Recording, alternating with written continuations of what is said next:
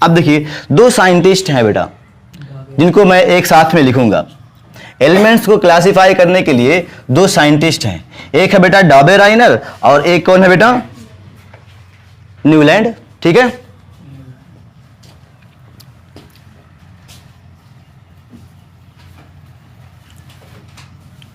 अगले जो साइंटिस्ट हैं उनमें से एक का नाम है बेटा डॉबेराइनर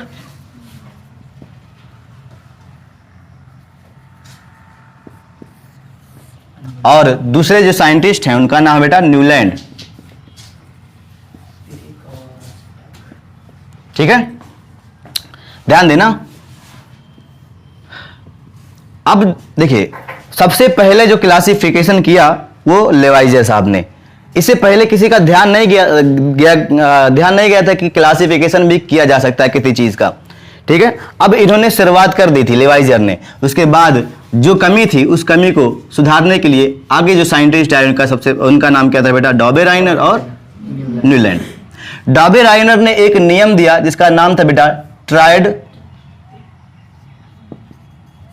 डॉबेराइनर ट्रायड लॉ या ट्रायड रूल। ठीक है बेटा, यानी त्रिक नियम। क्या कहेंगे बेटा त्रिक नियम, डॉबेराइनर का त्रिक नियम।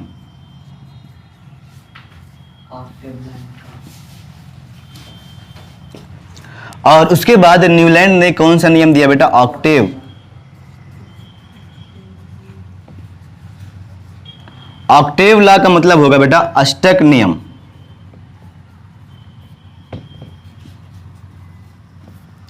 ठीक है, समझा रहे हैं एक एक करके, समझिए बेटा।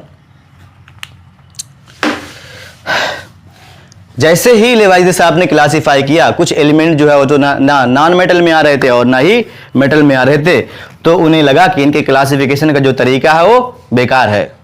फिर इन्होंने कोशिश की क्लासिफिकेशन करने की। डॉबेराइनर उस समय 33 एलिमेंट लगभग डिस्कवर थे। क्या कर रहे थे बेटा एक्सपेरिमेंट कर रहे थे। एक्सपेरिमेंट करने के बाद वो एक एक को चेक कर रहे थे कि इसकी प्रॉपर्टी क्या आ रही, इसकी प्रॉपर्टी क्या आ रही। प्रॉपर्टी का मतलब समझिए, मान लीजिए कि 33 एलिमेंट हैं, हमने एक प्रॉपर्टी चुना बेटा बॉइलिंग पॉइंट। बॉइलिंग पॉइंट मतलब क्वथनांक, जिस पर कोई चीज उबलने लगे। ठीक है, एक प्रॉपर्टी है बॉइलिंग पॉइंट। अब मान लीजिए हमारे पास एक एलिमेंट ए है, एक एलिमेंट बी है, एक एलिमेंट सी है, ऐसे नाम दे रहा हूं बेटा। मान लो 33 एलिमेंट ऐसे हैं। हमने इसको उठाया और इसको बॉयल करना शुरू किया। क्या किया बेटा उबालना शुरू किया।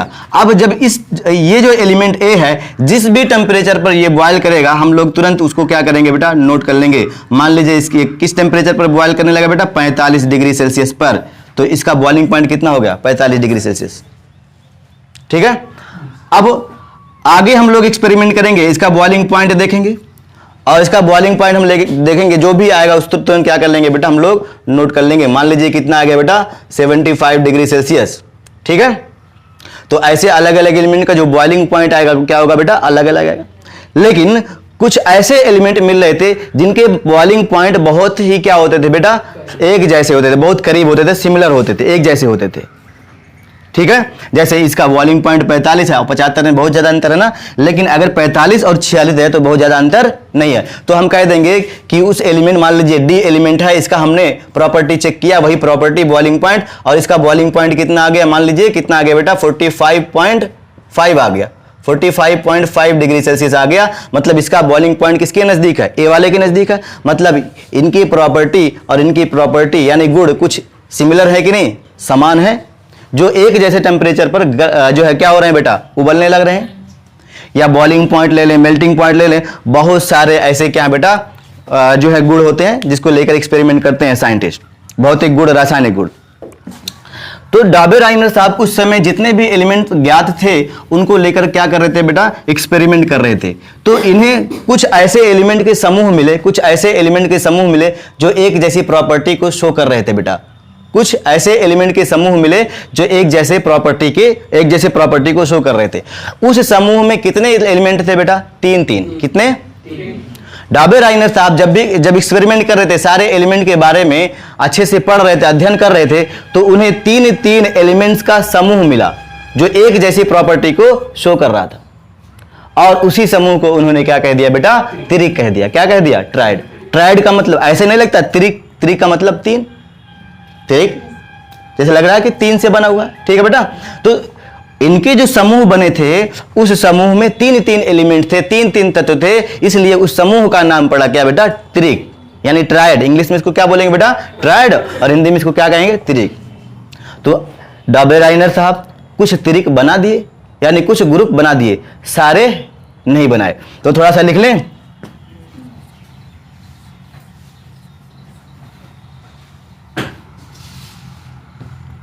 देखिए,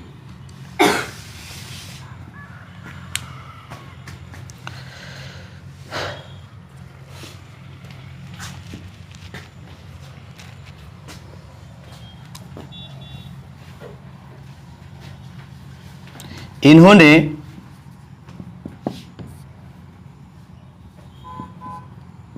एक जैसी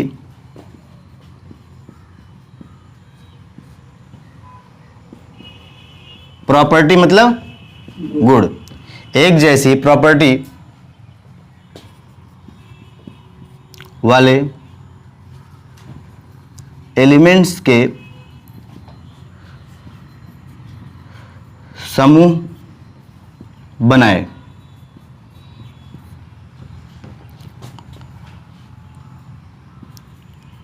और प्रत्येक समूह में कितना बेटा? प्रत्येक समूह में तीन तीन एलिमेंट्स उपस्थित थे, और प्रत्येक समूह में तीन तीन एलिमेंट्स क्या थे बेटा? प्रेजेंट थे। ठीक है, और यही कारण है कि इस समूह को क्या कहा बेटा? हाँ, इसलिए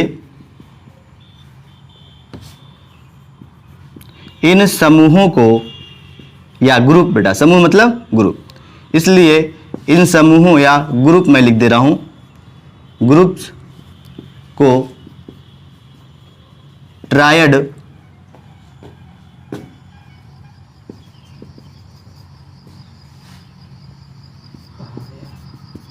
त्रिक कहा। ठीक है बेटा,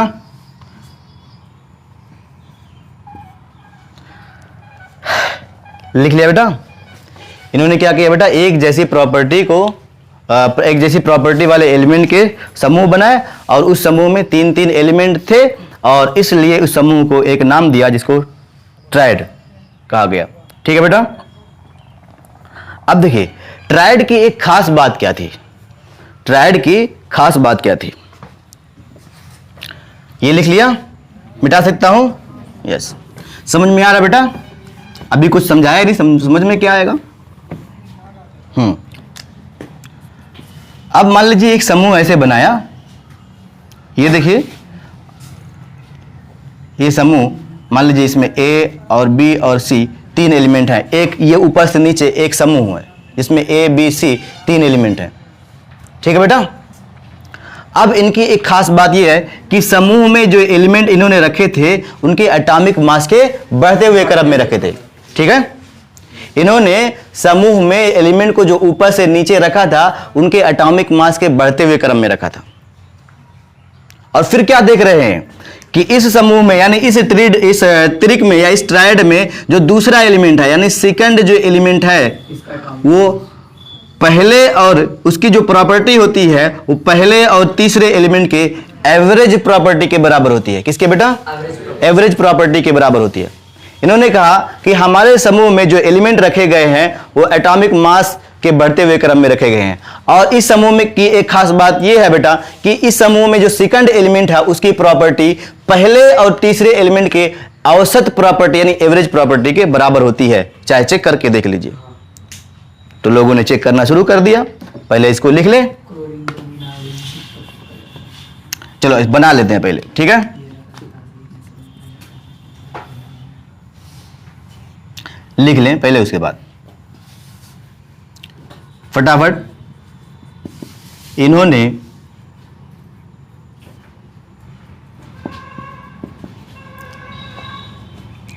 एलिमेंट्स को उनके एटॉमिक मास, हिंदी में क्या कहेंगे बेटा? परमाणु भार। एटॉमिक मास के बढ़ते हुए क्रम में रखा, एटॉमिक मास के बढ़ते हुए क्रम में रखा। ठीक है बेटा, और बताया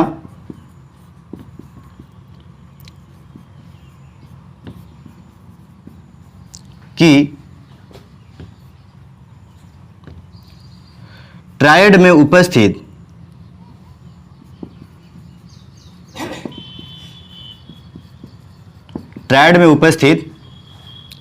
सेकंड एलिमेंट की प्रॉपर्टी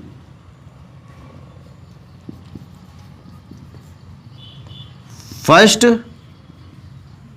और थर्ड एलिमेंट के एवरेज प्रॉपर्टी के बराबर होती है।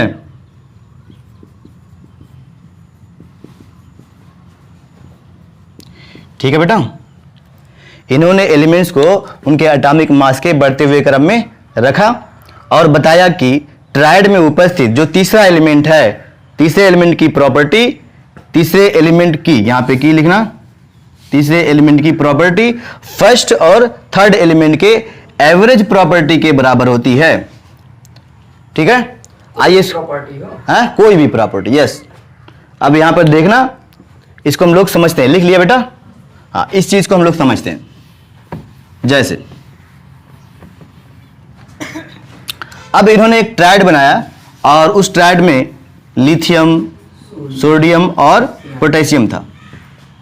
ठीक है, कहते हैं कि सोडियम का एटॉमिक मास क्या होगा। सवाल किया गया कि सोडियम का एटॉमिक, इनसे सवाल किया गया कि सोडियम का एटॉमिक मास क्या होगा, एटॉमिक मास।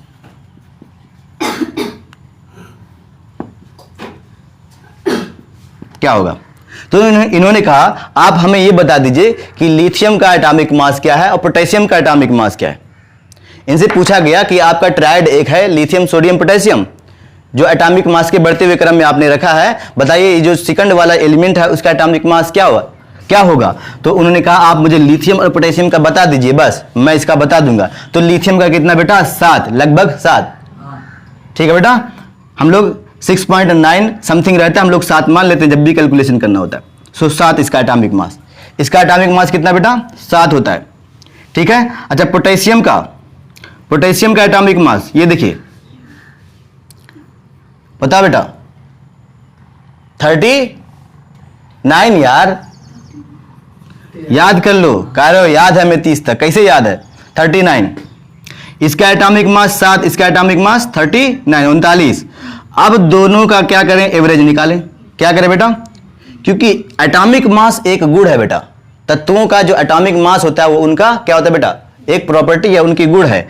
तो अभी अभी हमने कहा कि इस ट्रायड में जो एलिमेंट है सेकंड वाला, उसका जो एटॉमिक मास या उसकी कोई भी प्रॉपर्टी पहले और तीसरे एलिमेंट के एवरेज प्रॉपर्टी के बराबर होगी।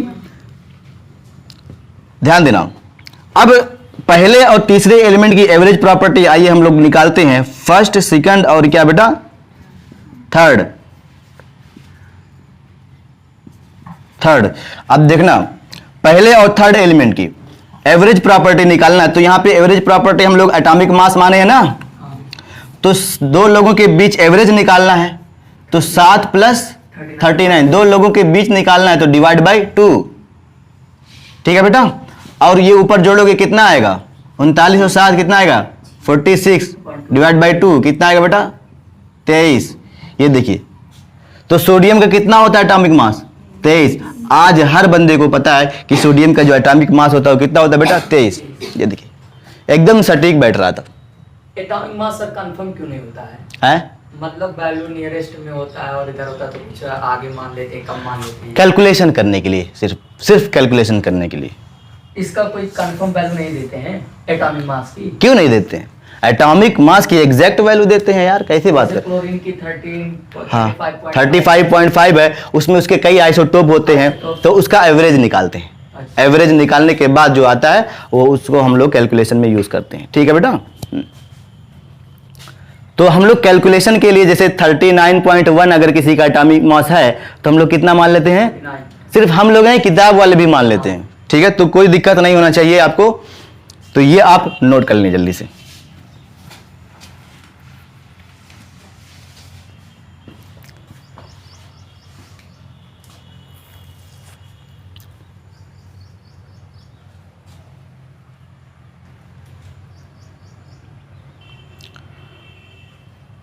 नोट हो गया?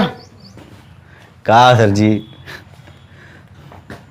अभी तो लिखना शुरू किए, नोट कहाँ होगा इतने जल्दी? कुछ समझ में आ रहा है फिलहाल कि सब भूल के बैठे हो? भूल के बैठे हो ना? 4 महीने सोए हो गए, क्यों हिफ्जा? क्या महीने सोए? 3.5-4 महीने तो हो गया। क्या किए? कुछ दिन किताब खुली थी? महिमा बुक खुली कभी? खाली मोबाइल सीरियल ना? पढ़ लो बेटा मेहनत करके। आप लोग 9th में पढ़ रहे थे तो बहुत ही जो है काफ़ी जोश के साथ पढ़ रहे थे कि कुछ बनना है, कुछ करना है। और अब वो जो आपके जो जज्बात हैं, जो एम है, उसको आप कम ना करिए, ज़्यादा ही करिए ताकि आप कुछ बन जाएं। आप लोगों के पास पैसे कमी नहीं है, बस कमी तो है तो वो थोड़ा बहुत नॉलेज की कमी है, और वो हम देने के लिए तैयार हैं ताकि आप कुछ बन जाएं आगे चल के। ठीक है, नोट हो गया? नोट हो गया जी? हाँ। तो ऐसे बहुत सारे, कितने ट्रायड बेटा? इनके ज़माने में 3, कितने बेटा? आपकी जो एनसीईआरटी में है वो 3 ट्रायड लिखे हैं। हालांकि अगर पूरे आज जो मॉडर्न पीरियड टेबल देखोगे 118 में तो टोटल 6 ट्रायड मिलते हैं। कितने मिलते हैं बेटा? हम हाई स्कूल में वही पढ़ेंगे, काहे 6 पढ़ेंगे?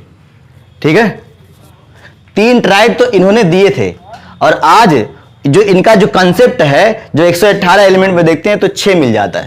हाँ, 3 और मिल जाते हैं। चलिए ठीक है, क्योंकि इस समय सारे एलिमेंट, इनके समय सारे एलिमेंट डिस्कवर नहीं थे। हाँ, वो भी तो कहाँ कन्वर्ट कर पाए? हाँ, वो भी नहीं कन्वर्ट कर पाए थे। अभी इसको हटाएं बेटा। यस। अच्छा, इनके अकॉर्डिंग मान लीजिए कि एक एलिमेंट है, इनके ट्रायड में 3 एलिमेंट है, एक्स, वाई और जेड। ठीक है, डाबे-राइनर का ट्रायड है और उसमें एलिमेंट एक्स, वाई, जेड है। और अगर मान लीजिए कि पहले एलिमेंट एक्स एलिमेंट का जो बॉइलिंग पॉइंट है, मैं यहाँ पे छोटा सा लिख दे रहा हूँ, बॉइलिंग पॉइंट मान लीजिए 50 डिग्री सेल्सियस है, और दूसरे एलिमेंट का जो बॉइलिंग पॉइंट है मान लीजिए कि ये 40 डिग्री सेल्सियस है। कितना बेटा? सब माना हुआ है। ठीक है, 40 डिग्री सेल्सियस है, तो जेड वाले का बॉइलिंग पॉइंट क्या होगा? 40 कितना होगा बेटा?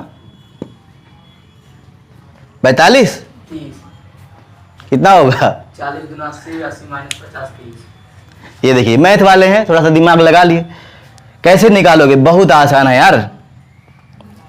हमने कहा बेटा कि डाबे-राइनर का एक ट्रायड है, एक त्रिक है जिसमें 3 एलिमेंट है, एक्स, वाई, जेड, और इसमें पहला एलिमेंट जो एक्स है, दूसरा एलिमेंट वाई है, तीसरा एलिमेंट क्या बेटा? जेड। ऐसा नहीं कि वाई को नीचे कर दे, जेड को ऊपर कर दे, ऐसे नहीं, हमने एक सीक्वेंस से बताया, क्रम से बताया है।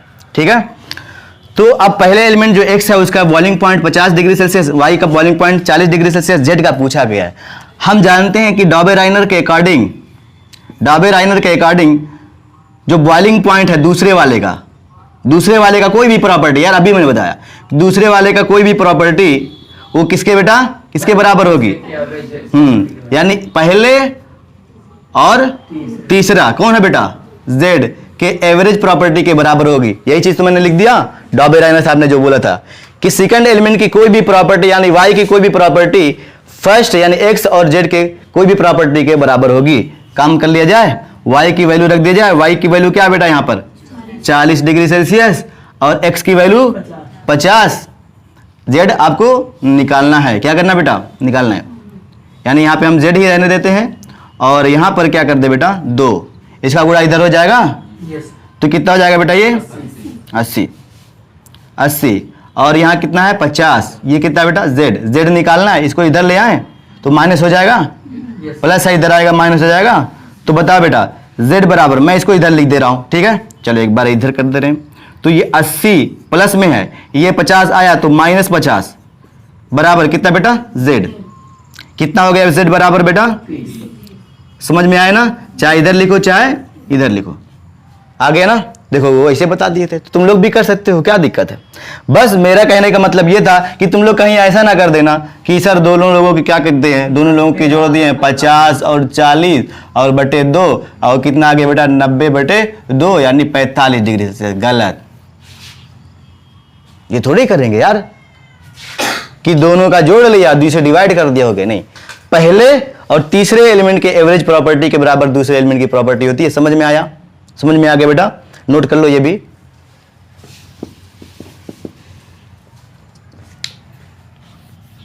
ये हम लैंग्वेज में भी लिखवा सकते थे लेकिन कोई फायदा नहीं।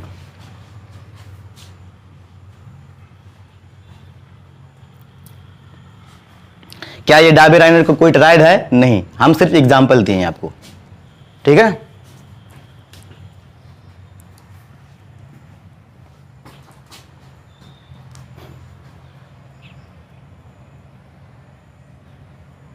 कितना समय हुआ?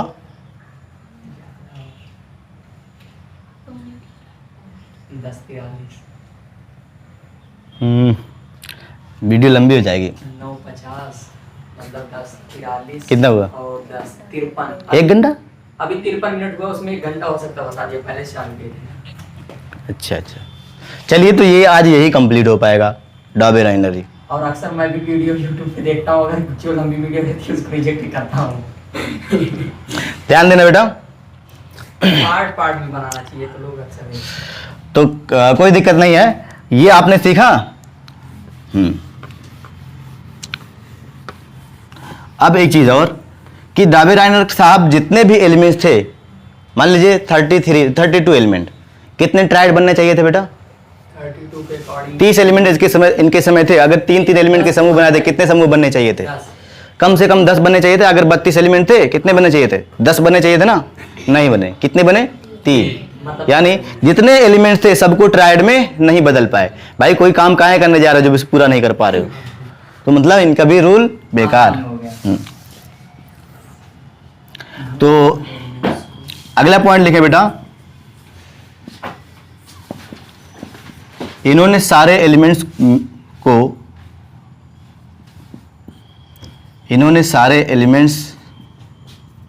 को सिर्फ 3 ट्रायड में बदल पाए।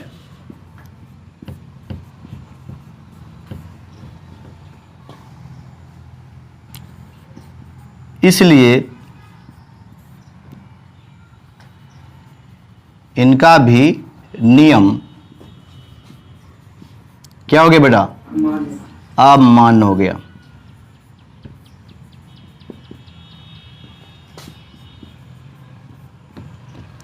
ठीक है बेटा, आइए तीनों ट्रायड लिख लेते हैं। पहला ट्रायड क्या है बेटा? अभी भी मैंने लिखा था, लिथियम है, सोडियम है और पोटेशियम है। कोई सोते जागते आपसे पूछ ले तो तुरंत बताना। उसके बाद क्या बेटा, जल्दी से बताओ। वेरी गुड, कैल्शियम, स्ट्रेंशियम और बेरियम। कैल्शियम, स्ट्रेंशियम और बेरियम। और उसके बाद एक और है chlorine, bromine, iodine. Very good, chlorine, bromine और आयोडीन। जब आप 11 में पहुंचोगे तो मैं 3 और लिखा दूंगा, कोई दिक्कत नहीं बेटा, ठीक है। अभी जो आपकी किताब में है फिलहाल इसी को जाने, ठीक है।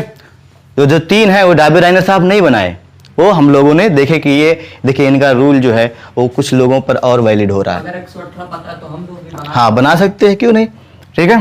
तो यहाँ पर 3 ट्रायड, कोई पूछ ले डायबेराइनर साहब के कितने ट्रायड बेटा? 3। कौन कौन? पहले ट्रायड में कौन कौन?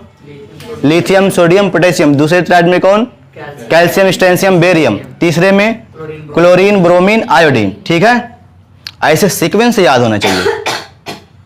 ऐसे इस पर भी इसका एटॉमिक मास देखोगे बेटा तो ये इनका एवरेज एटॉमिक मास निकालोगे तो इसके बराबर आ जाएगा। ठीक है, तो इनका लॉ तो वगैरह तो देखिए इनवैलिड हो गया। उसके बाद हम लोग आगे जो पढ़ेंगे वो क्या पढ़ेंगे? न्यूलैंड्स। इन्होंने भी काफ़ी अच्छा कंसेप्ट दिया, पूछा जाता है, मज़ा भी आता है। बाकी हम लोग नेक्स्ट टॉपिक पढ़ेंगे बेटा। ठीक है, पढ़ते रहिए अच्छे से और जो ना आए उसको पूछते रहिए। चलिए बेटा।